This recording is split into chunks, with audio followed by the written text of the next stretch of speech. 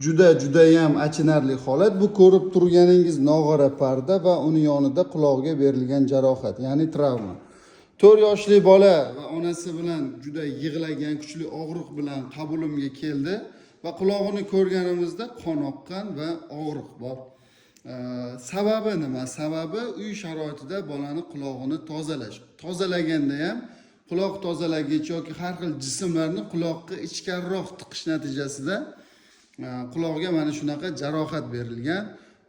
Nima demoqchiman? Uy sharoitida o'z boshimchalik bilan quloqni chuqurroq tozalashga harakat qilmaslik kerak. Bu juda ko'p uchraydi, ayniqsa yosh onalar farzandini quloqini tozalab kovlashga juda qiziqishadi.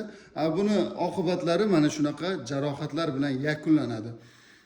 Bu holat juda ko'p takrorlanib uchragani uchun yana bir eslatma sifatida eslatib o'tishga qaror qildim. O'zingizni ehtiyot qiling, sog' bo'ling.